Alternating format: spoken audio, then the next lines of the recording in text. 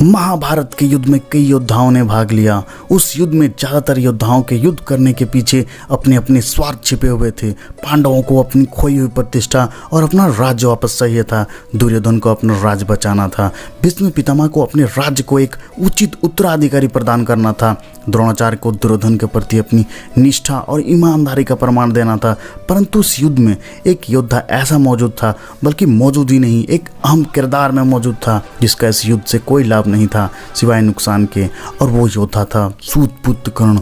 हालांकि कर्ण दुर्योधन का परम मित्र था, परंतु दुर्योधन का कर्ण की मित्रता में भी स्वार्थ था। लेकिन कर्ण का दुर्योधन की मित्रता में कोई स्वार्थ नहीं था, जिसका प्रमाण स्वयं कर्ण ने अपनी मौत को गले लगा कर दिया। अर्जुन के हाथों बाण लगने से कर्ण जब मौत के निकट था तब वह बेहद पीड़ा से गुजर रहा था। इसके मन में ढेरों सवाल थे जिसका वह जवाब चाहता था, और अपने प्रश्नों का उत्तर पाने के लिए कर्ण ने कृष्ण को याद किया और कृष्ण को अपने पास आने के लिए निवेदन किया। भगवान श्री कृष्ण कर्ण के निवेदन पर उनके पास आए। कृष्ण के समीप आते ही कर्ण ने प्रश्न किया, हे वासुदेव, मेरे मन में कुछ प्रश्न हैं जिनका उत्तर मैं आपसे चाहता हूँ। कृष्ण ने कहा, पूछो राधे, तुम्हारे क्या प्रश्न हैं? कर्ण ने कहा, माधव, जन्म देते ही मेरी माँ ने मुझे त्याग दिया, क्योंकि मैं माता के विवाह से पूर्व जन्मा था, परंतु एक अवैध पुत्र के रूप में जन्म लेने में मेरा क्या अपराध था? उसके बाद गुरु द्रोणाचार्य ने मुझे शिक्षा देने से मना कर दिया, क्योंकि मैं राधे पुत्र अर्थात सूत पुत्र था। क्षत्रिय होते हुए भी मैं क्षत्रिय ना था। जीवन भर मैं इस बोझ को ढोता रहा, इसमें मेरा क्या अपराध था? भगवान परशुराम ने मुझे उपहार स्वरूप शिक्षा तो दी, परंतु अभिशाप स्वरूप श्राप भी दिया कि जिस वक्त मुझे इस विद्या की सबसे अधिक आवश्यकता होगी, उस वक्त मैं इस विद्या को भूल जाऊंगा, क्योंकि मैं उनके अनुसार क्षत्रिय था। जबकि मैंने परशुराम की नींद खराब ना हो, उसके लिए मैंने एक असहनीय घाव की पीड़ा को सहा था, जिसके उपहार स्वरूप में उन्होंने मुझे श्राप दे दिया। क्या असहनीय पीड़ा को सहना मेरा अपराध था? एक बार जब मैं अपनी शब्दविधि बाण की विद्या का अभ्यास कर रहा था, तब मेरा एक तीर गलती से एक बछड़े को लग गया और बछड़े की मृत्यु हो गई। बस एक दुर्घटना मात्र थी। मेरे बार बार माफ़ी मांगने के बावजूद बछड़े के स्वामी ने मुझे श्राप दे दिया कि असहाय अवस्था में मेरी भी मृत्यु होगी, जबकि उस दुर्घटना में भी मेरा कोई दोष नहीं था, परंतु फिर भी मुझे उसके श्राप का कष्ट भोगना पड़ा। दुर्घटना किसी से भी हो सकती है कृष्ण, इसमें मेरा क्या अपराध था? इतना ही नहीं, द्रौपदी के स्वयंवर में भी मेरा अपमान किया गया, क्योंकि मैं एक सूतपुत्र था, क्षत्रिय नहीं। क्या सूतपुत्र होना मेरा स्वयं का चुनाव था? परिस्थिति ने मुझे सूतपुत्र बनाया था, इसमें मेरा क्या अपराध था? कुंती ने मुझे आखिर में मेरा जन्म रहस्य बताया, किंतु अपने अन्य बेटों को बचाने के लिए। जो भी मुझे प्राप्त हुआ है दुर्योधन से ही प्राप्त हुआ है, तो अगर मैं उसकी तरफ से लड़ा तो मैं गलत कैसे हुआ कृष्ण?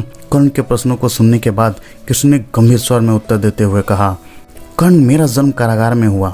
जन्म से पहले ही कंस के रूप में मेरी मृत्यु मेरी प्रतीक्षा कर रही थी।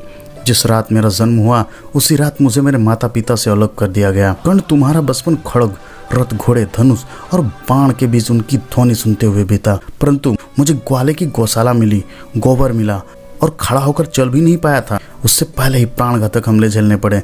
कोई सेना नहीं, कोई शिक्षा नहीं, कोई गुरु नहीं, लोगों से सिर्फ ताने ही मिले कि मथुरा में प्राणघातक हमलों का मूल कारण मैं ही हूँ। तुम्हारे गुरु परशुराम जब तुम्हारे शौर्य की तारीफ कर रहे थे कि भगवान शंकर को छोड़कर तुम्हें और कोई पराजित नहीं कर सकता, मुझे उस उम्र तक कोई शिक्षा भी नहीं मिली थी।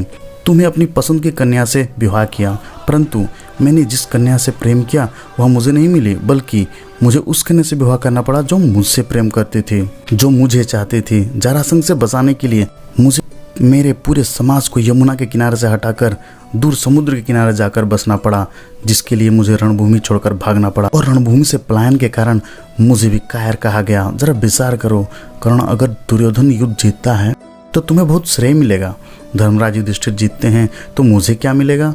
मुझे केवल युद्ध और युद्ध से निर्माण हुई समस्याओं के लिए दोषी दिया जाएगा। कर्ण, जीवन हर किसी को चुनौतियां देता है, जिंदगी किसी के साथ न्याय नहीं करती है। अगर दुर्योधन ने अन्याय का सामना किया है तो युधिष्ठिर ने भी अन्याय को भुगता है, परंतु कर्ण, सत्य धर्म क्या है यह तुम भली भांति जानते हो। कोई बात नहीं, अगर हमारे साथ कितना भी हमारा अपमान हुआ हो, जो हमारा अधिकार है वो हमें ना मिल पाए, तो महत्व इस बात का है कि तुम उस संकट की घड़ी में उस संकट का सामना कैसे करते हो। कर्ण, इस पूरी पृथ्वी पर ऐसा कोई व्यक्ति नहीं है जिसे ऐसा ना लगता हो कि उसकी समस्या सामने वाले से बड़ी नहीं है।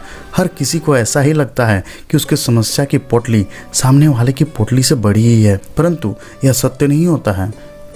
क्योंकि हर किसी की समस्या अपने स्थान पर बड़ी ही होती है, लेकिन इसका मतलब यह नहीं कि तुम गलत मार्ग पर चलकर अपनी समस्याओं का समाधान ढूंढने लगो, क्योंकि हमारी प्रकृति किसी को भी अधर्म के मार्ग पर चलने की अनुमति नहीं देती है। अगर कोई अपनी समस्याओं का समाधान पाने के लिए अधर्म के मार्ग पर चलेगा तो उसका हश्र तुम्हारे जैसा ही होगा। कर्ण अपने जीवन से बहुत दुखी था। उसे लगता था कि उसका जीवन बेहद अधिक कष्टों से बीता, परंतु जब भगवान श्री कृष्ण ने अपने जीवन की तुलना कर्ण से की तो कर्ण समझ गया कि कृष्ण के जीवन के सामने तो मेरी समस्याएं कुछ भी नहीं है। अंत समय में कर्ण कृष्ण का यह ज्ञान सुनकर बेहद तृप्त महसूस कर रहा था और बेहद शांत मन से कर्ण ने अपने शरीर का त्याग किया। दोस्तों, अगर आपने इस कहानी से कुछ सीखा हो तो प्लीज़ एक लाइक कर दें, और इस चैनल पर नए हैं तो प्लीज़ सब्सक्राइब करके बेल आइकन ऑन कर लें ताकि नया वीडियो आप तक सबसे पहले पहुंच सके। धन्यवाद।